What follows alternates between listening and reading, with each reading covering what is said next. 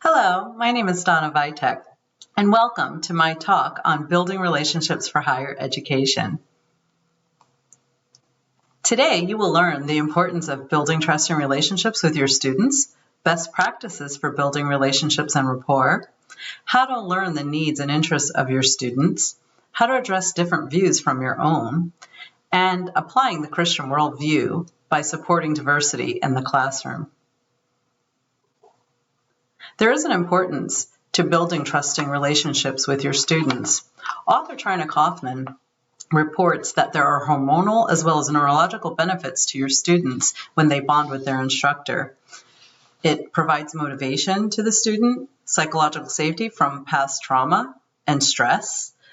It builds new pathways to learning, and best of all, improved student behavior. And you know we all want that.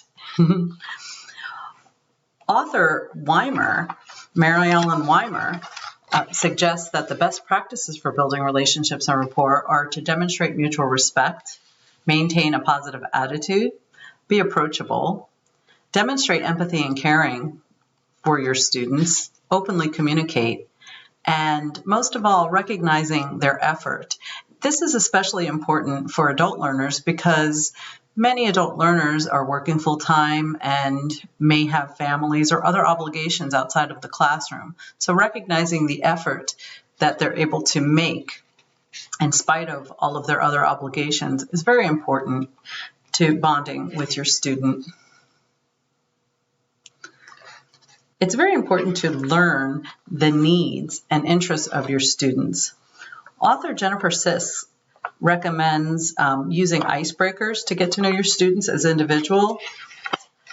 Ask about their background, pay attention to nonverbal behavior, teaching at a pace that students can follow, and listening to different perspectives, which allows the students to have a voice in the classroom, which leads me to addressing different views in the classroom. Once students start having a voice in the classroom, you can expect that there will be many different views. And it's important to work together to understand one another's perspectives. And if there are disagreements, try to figure out the nature of that disagreement and how this conflict will impact the relationship. As an instructor, it's important to make sure your nonverbal cues aren't sending a different message than you intend. Both parties should contribute to ideas on how to resolve any conflict that may arise so you can progress as a class and move forward. Lastly, the Christian worldview supporting diversity in the classroom.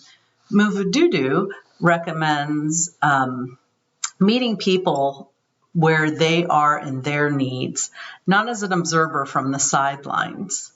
Include those who have been excluded or students who exclude themselves. Take into consideration the many cultures that exist in your classroom and their belief system. Acknowledge and accept those differences. And most of all, provide learning materials such that students can see themselves in what they're learning. Thank you for attending my talk today on building relationships in higher education. And these are my references, and I hope you've enjoyed the talk today. Thank you.